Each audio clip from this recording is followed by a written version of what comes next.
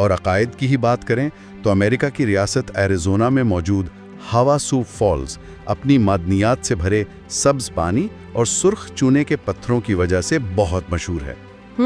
لیکن اس مقام کی اصل کہانی وہ لوگ ہیں جو اس کے ارد گرد بستے ہیں۔ وہاں پہنچنے کے لیے کسی بھی شخص کو 10 میل کا ایک انتہائی کٹھن پیدل سفر کرنا پڑتا ہے۔ اور وہ کٹھن سفر اس لیے ہے کیونکہ یہ علاقہ 19ویں صدی سے ہاوا سپائی قبیلے کا گھر ہے۔ ہاوا سپائی کا مطلب ہی نیلے سبز پانیوں کے لوگ ہیں۔ کتنا خوبصورت نام ہے۔ ہاں واقعی، یہ قبیلہ آج تک اپنی ثقافت کو محفوظ رکھے ہوئے ہے اور یہ آبشار ان کی روزمرہ زندگی اور ان کے روحانی عقائد کا مرکز ہے۔ اسی طرح تائیوان کا شیفن آبشار ہے، جسے اس کی چوڑائی کی وجہ سے تائیوان کا نیاگرا بھی کہا جاتا ہے۔ اگرچہ یہ صرف 40 فٹ اونچا ہے، ہمیں یہ سمجھنا ہوگا کہ دنیا کے مختلف حصوں میں آبشاروں نے کیسے انسانی نفسیات اور دیومالائی کہانیوں کو جنم دیا۔ مثال کے طور پر آئس لینڈ ہی کے ایک اور آبشار سکوگافوس کو لے لیں، جہاں اکثر رینبو بنتی ہے۔ بالکل، وہاں گرتے پانی سے بننے والی دھوپ والے دنوں میں ایک مستقل اور خوبصورت رینبو بناتی ہے، اور مقامی دیومالائی کہانیوں کے مطابق اس آبشار کے پیچھے ایک بہت بڑا خزانہ چھپا ہوا ہے۔ خزانے اور روحوں کا ذکر آئے تو ایشیا کے جنگل بھی پیچھے نہیں ہے۔ کمبوڈیا کا بوسرا آبشار دیکھ لیں۔ ہاں، جہاں مقامی بنونگ کمیونٹی آج بھی ندی کی روحوں کی پوجا کرتی ہے۔ یہ بالکل پیرو کے گوکاٹا آبشار کی لا سیرینا روح جیسی بات ہے۔ یعنی انسان چاہے جنوبی امریکہ میں ہو یا ایشیا میں، وہ بہتے پانی میں کسی مافوق الفطرت طاقت کو ضرور تلاش کرتا ہے۔ اس کی وجہ یہ ہے کہ پانی کا لگاتار شور اور اس کی ہیبت انسان کو یہ ماننے پر مجبور کر دیتی ہے کہ یہاں کوئی اور بھی بستا ہے۔ صحیح۔ اگر ہم سوئٹزرلینڈ کے فوروگلیو آبشار کی بات کریں تو وہ 300 فٹ کی بلندی سے گرتا ہے اور اس کی وادی میں 13ویں صدی سے پتھروں کے گھر بنے ہوئے ہیں۔ 13ویں صدی سے؟ جی، سوچنے کی بات یہ ہے کہ لوگ 800 سالوں سے پانی کے اس بہرے کر دینے والے شور کے ساتھ کیسے رہ رہے ہیں، کیونکہ وہ اس طاقت کو اپنی زندگی کا حصہ بنا چکے ہیں۔ اور یہ طاقت صرف دور دراز علاقوں تک محدود نہیں ہے۔ امریکی ریاست ایڈاہو میں موجود ششون فالز کی چوڑائی تقریباً 1000 فٹ ہے، جو اسے نیاگرا فالز سے بھی زیادہ چوڑا بناتی ہے۔ یا پھر ویلز کا سوالو فالز، جو 19ویں صدی کے وکٹورین دور سے سیاحوں کی توجہ کا مرکز رہا ہے، یہاں تک کہ اس کے آس پاس ایک انتہائی نایاب قسم کا ٹڈا بھی پایا جاتا ہے، جس نے خود کو اس مخصوص گیلے ماحول کے مطابق ڈھال لیا ہے۔ اسی طرح اگر ہم صنعتی دور کی طرف دیکھیں تو ناروے کا 302 فٹ بلند مونافوسن آبشار 19ویں صدی کے آخر میں مقامی چکیوں کو چلانے کے کام آتا تھا۔ اچھا۔ لیکن ٹیکنالوجی کے اس استعمال کے باوجود اس آبشار کی گہری کھائی اور دھند کے بارے میں آج بھی مقامی کہانیاں مشہور ہیں کہ وہاں دیویاقل ٹرولز بستے ہیں۔ ٹرولز؟ ہاں۔ اسی طرح تھائی لینڈ کے ایراوان آبشار کا نام ہندو دیومالا کے 3 سروں والے ہاتھی پر رکھا گیا ہے۔ اگر اس آبشار کی 7 مختلف سطحوں کو غور سے دیکھا جائے تو وہ پانی گرنے کا ایک ایسا منظر بناتی ہیں جو واقعی ایک ہاتھی کے سر جیسا دکھائی دیتا ہے۔ یہ سب مثالیں بتاتی ہیں کہ انسان فطرت کی بناوٹ پر کیسے اپنی کہانیوں کا رنگ چڑھاتا ہے۔ اور کہانیوں کا یہ سلسلہ کیریبین سے لے کر افریقہ تک پھیلا ہوا ہے۔ پورٹو ریکو کا گوزالینڈیا آبشار جو ہسپانی نوآبادیاتی دور کی یادگار ہے، اور یوگانڈا کا دیویاکل سی پی فالز جو 328 فٹ کی بلندی سے گرتا ہے، جس کے ارد گرد پھیلے کافی کے باغات اور انواع و اقسام کی حیاتیات اسے ایک مکمل ماحولیاتی نظام بناتے ہیں۔ بالکل۔ تو معلومات کا یہ ایک بہت وسیع اور ناختم ہونے والا سمندر ہے۔ تو اس سب کا مطلب کیا ہے؟ ہم نے دنیا بھر کے اتنے سارے آبشاروں کا سفر کیا، ان کی ارضیات، ان کی کیمسٹری اور ان سے جڑی کہانیاں جانی۔ ان حقائق کا آج کے انسان کی زندگی سے کیا تعلق بنتا ہے؟ اگر ان تمام باتوں کو ایک بڑی تصویر میں رکھ کر دیکھا جائے نا، تو جلد بازی اور ہر وقت معلومات کے بوجھ تلے دبی اس جدید دنیا میں یہ آبشار ہمیں صبر کا ایک بہت بڑا اور خاموش درس دیتے ہیں۔ وہ کیسے؟ پانی کا قطرہ جب گرتا ہے تو وہ نرم ہوتا ہے، لیکن جب وہ مسلسل ہزاروں سال تک گرتا رہتا ہے تو وہ زمین کی سخت ترین چٹانوں کو بھی کاٹ دیتا ہے۔ یہ مقامات ہمیں بتاتے ہیں کہ حقیقی تبدیلی کبھی بھی راتوں رات نہیں آتی، بلکہ یہ وقت اور تسلسل مانگتی ہے۔ بالکل۔ یہ ارضیاتی عجائبات ہمیں سکھاتے ہیں کہ ہمیں فطرت کا احترام کرنا چاہیے، کیونکہ اس کی بے پناہ طاقت کے سامنے ہمارا وجود بہت معمولی اور عاجز ہے۔